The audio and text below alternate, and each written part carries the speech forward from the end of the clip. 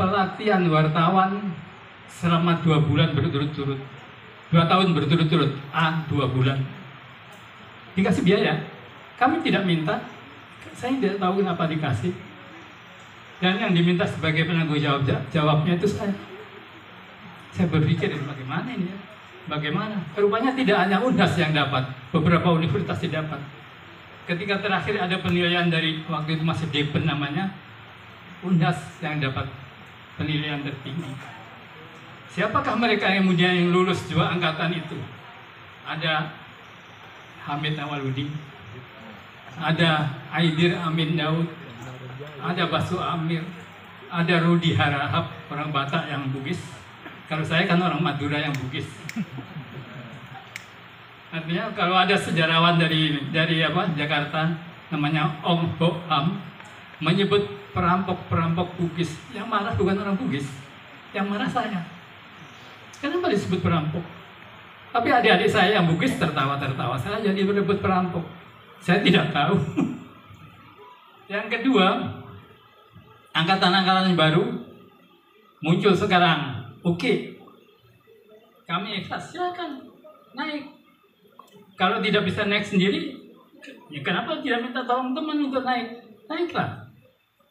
Ya, gantian. Kami ikhlas. Kami bangga kalau adik-adik juga menyusul yang lainnya. Jadi kaderisasi penting. Kaderisasi penting. Jangan tinggalkan adik-adiknya sendiri berjalan sendiri. Kecuali kalau dia bisa berjalan sendiri. Kalau tidak bisa, angkat. Tapi kalau diangkat, jangan dijatuhkan. Itu penting. Jadi kadang-kadang kan ada yang punya hati, kita angkat, dijatuhkan. Kasihan, jangan dolimi. Tadi Pak Ustadz mengatakan jangan dolim. Pak Ustadz tadi juga menyebut ada tiga sahabat yang sebetulnya tidak mau jadi sarjana, maunya jadi orang sukses tanpa melalui sarjana. 3 orang itu adalah Pak Alwihamu, Aksa Mahmud, dan Sarifuddin Hussein almarhum. Sarifuddin Hussein itu kakaknya Dr. Farid Hussein yang juga sudah almarhum. Jadi 3-tiganya, tapi memberi nasihat kepada anak-anaknya, jangan tiru kami, kalian harus sekolah. Nah itulah antara lain Atta jadi juga via pendidikan. Saudara-saudara sekalian, saya tidak terlalu akrab dengan adiknya Ati.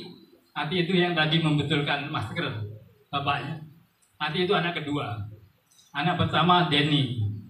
Jadi waktu saya datang pertama kali ke Makassar, Denny sudah lahir.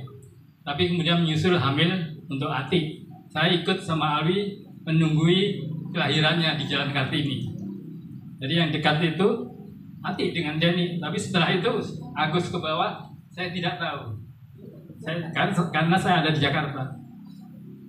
Ada cerita yang menarik, kenapa hari ini saya hanya pakai sandal. Tadi ada yang bisik-bisik ini sampai juga ke telinga saya. Jadi suatu ketika, Pak Aksa di Jakarta ajak saya, Cip, ayo ke Diponegoro. Maksudnya Diponegoro 1. Itu rumah dinas Wakil Presiden waktu itu Pak JK. Saya pakai sandal ini, gimana nanti? Kalau kau tidak pakai sandal, bukan ijib namanya. Ya berangkatlah, berangkat. Begitu lewat masuk aja, satpam juga ngelirik-ngelirik gitu, jalan aja kita. Pak JK keluar menemui kami, yang dilihat pertama kali adalah kaki saya. Kami kemudian bertiga tertawa, sudah jalan. Begitu pulang, 2-3 hari kemudian ketemu dengan orang dekat yang orang sini namanya Yadi Karangjentak. Dia cerita, kemarin itu Pak Ecep, pas Pantres tanya, siapa tamunya Pak JK yang pakai sendal itu kemarin? Jangan main-main, itu penasehat spiritualnya Pak JK.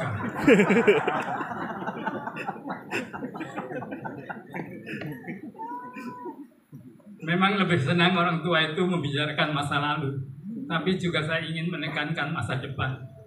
Teknologi luar biasa berkembang dengan cepat, kita biasanya mengikutinya dari belakang. Tidak pernah terjadi yang melihat jangkau ke depan. Apa? Kita mati, kita hidup setengah mati, atau hidup sepenuhnya. Nah, itu yang harus kita capai bersama-sama. Tidak bisa hanya satu kelompok, beberapa orang yang melanjutkan adzan fajar dengan sendiri. Harus kerjasama dengan yang lain-lain. Fajar, ya betul, memang ada tempo hari awalnya ada bantuan dari terutama manajemen dari Jawa Pos. Bagus itu dan pada waktu yang bersamaan Dahlan Ihsan pimpinan Jawa Pos juga menyelenggarakan persaudaraan dengan teman-teman Ikatan Pers Mahasiswa yang bangkit di beberapa kota dengan surat kabarnya juga. Yang terakhir saya ingin sampaikan para yang sesepuh, yang masih sepuh, jangan segan-segan memberikan ilmunya kepada adik-adik. Adik-adik juga jangan sampai malu bertanya kepada yang senior. Belajar sendiri boleh, silakan. Belajar di luar, silakan. Oh ya, waktu fajar akan didirikan, Pak Alwi itu membujuk saya, ayo kita bikin lagi surat kabar. Saya pikir panjang. Bagaimana ini? Bagaimana? Sementara saya harus keluar negeri. Saya minta jaminan. Oke, saya akan mau bergabung, tapi tunggu saya datang dari luar negeri untuk beberapa bulan. Itulah kemudian kami bangkit. Mulai dengan ada Pak Harun yang punya izin, ada Pak Alwi pimpinan perusahaan, ada saya menjadi cukup wakil pemimpin daksi saya. Pada kesempatan itu untuk pertama kali serombongan mahasiswa menjadi wartawan umum. Jadi itu untuk pertama kali. Kalau yang sebelumnya satu-satu aja kerja di mana satu-satu mahasiswa. Tapi waktu periodenya Pak Hasan waktu itu rektornya, ini rombongan puluhan wartawan fajar itu mahasiswa. Pada kesempatan yang lain mahasiswa yang berprestasi itu juga kami carikan beasiswa di perguruan tingginya, kita carikan.